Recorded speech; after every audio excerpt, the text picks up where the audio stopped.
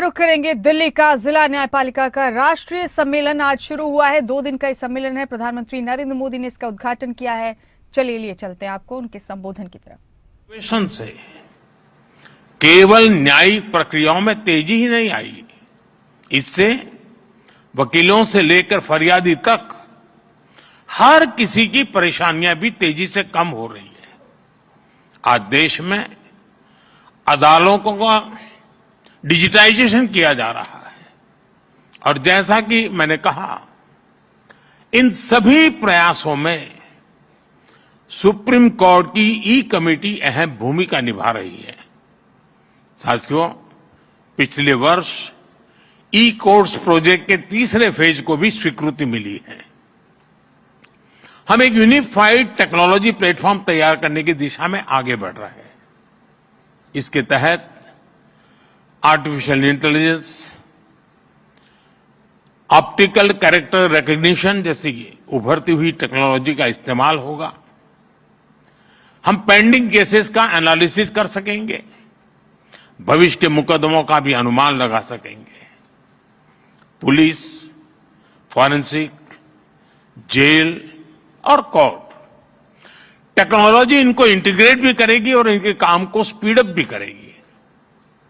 हम ऐसी न्याय व्यवस्था की ओर बढ़ रहे हैं जो पूरी तरह से फ्यूचर रेडी हो गई।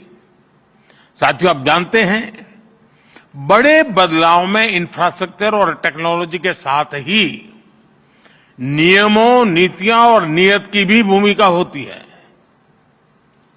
इसलिए आजादी के 7 दशक बाद देश ने पहली बार हमारे कानूनी ढांचे में इतने बड़े और अहम बदलाव किए हैं। भारतीय न्याय संहिता के रूप में हमें नया भारतीय न्याय विधान मिला है। इन कानूनों की भावना है citizen first, dignity first and justice first. हमारे क्रिमिनल लॉज शासक और गुलाम वाली कॉलोनियल सोच से आजाद हुए हैं। सेडिशन जैसे अंग्रेजी कानूनों को खत्म किया गया है। न्याय संहिता की सोच नागरिकों को सजा देगा, यही एकमात्र नहीं है, लेकिन नागरिकों को सुरक्षा देना भी है। इसलिए एक और महिलाओं और बच्चों के खिलाफ होने वाले अपराधों पर सख्त कानून बने हैं। दूसरी ओर पहली बार मामूली अपराधों में सजा के तौर पर कम्युनिटी सर्विस का प्रावधान किया गया है। भारतीय साक्ष्य अधिनियम के तहत सबूत के तौर पर इलेक्ट्रॉनिक और डिजिटल रिकॉर्ड को भी मान्यता मिली है।